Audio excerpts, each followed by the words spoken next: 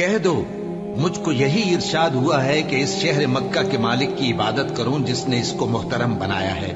اور ہر چیز اسی کی ہے، اور مجھے یہ بھی حکم ہوا ہے کہ میں فرما بردار رہوں، اور یہ بھی کہ قرآن پڑھا کروں۔ اب جو شخص راہ راست اختیار کرتا ہے تو اپنے ہی فائدے کے لیے اختیار کرتا ہے، اور جو گمراہ رہتا ہے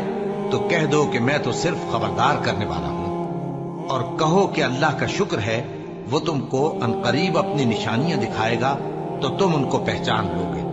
اور جو کام تم کرتے ہو تمہارا پروردگار ان سے بے خبر نہیں ہے۔ شروع اللہ کا نام لے کر جو بڑا مہربان نہایت رحم والا ہے۔ طاسیم۔ یہ کتاب روشن کی آیتیں ہیں۔ اے پیغمبر، ہم تمہیں موسیٰ اور فرعون کے کچھ حالات مومن لوگوں کے سنانے کے لیے صحیح صحیح سناتے ہیں کہ فرعون نے ملک میں سر اٹھا رکھا تھا اور وہاں کے باشندوں کو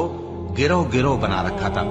ان میں سے ایک گروہ کو یہاں تک کمزور کر دیا تھا کہ ان کے بیٹوں کو ذبح کر ڈالتا اور ان کی لڑکیوں کو زندہ رہنے دیتا۔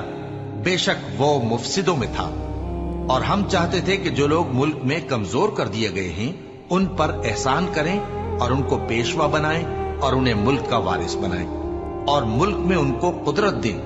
اور فرعون اور حامان اور ان کے لشکر کو وہ چیز دکھا دیں جس سے وہ ڈرتے تھے۔ اور ہم نے موسیٰ کی ماں کی طرف وہی بھیجی کہ اس کو دودھ پلاؤ، پھر جب تم کو اس کے بارے میں کچھ خوف پیدا ہو تو اسے دریا میں ڈال دینا، اور نہ تو خوف کرنا اور نہ رنج کرنا، ہم اس کو تمہارے پاس واپس پہنچا دیں گے اور بعد میں اسے پیغمبر بنا دیں گے۔ سو فرعون کے لوگوں نے اس کو اٹھا لیا، اس لیے کہ نتیجہ یہ ہونا تھا کہ وہ ان کا دشمن اور ان کے لیے موجب غم ہو۔ بے شک فرعون اور حامان اور ان کے لشکر غلطی پر تھے، اور فرعون کی بیوی نے کہا کہ یہ میری اور تمہاری دونوں کی آنکھوں کی ٹھنڈک ہے، اس کو قتل نہ کرنا، شاید یہ ہمیں فائدہ پہنچائے یا ہم اسے بیٹا بنا لیں، اور وہ انجام سے بے خبر تھے۔ اور موسیٰ کی ماں کا دل بے قرار ہو گیا، اگر ہم ان کے دل کو مضبوط نہ کر دیتے تو قریب تھا کہ وہ اس غم کو ظاہر کر دیتی۔ ہم چاہتے تھے کہ وہ مومنوں میں رہیں، اور والدہ موسیٰ نے اس کی بہن سے کہا کہ اس کے پیچھے پیچھے چلی جا، تو وہ اسے دور سے دیکھتی رہی، اور ان لوگوں کو کچھ خبر نہ تھی، اور ہم نے پہلے ہی سے اس پر دائیوں کے دودھ حرام کر دیے تھے۔ تو موسیٰ کی بہن نے کہا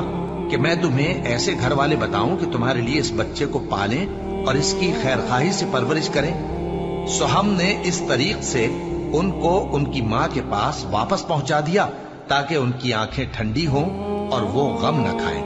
اور معلوم کر لیں کہ اللہ کا وعدہ سچا ہے۔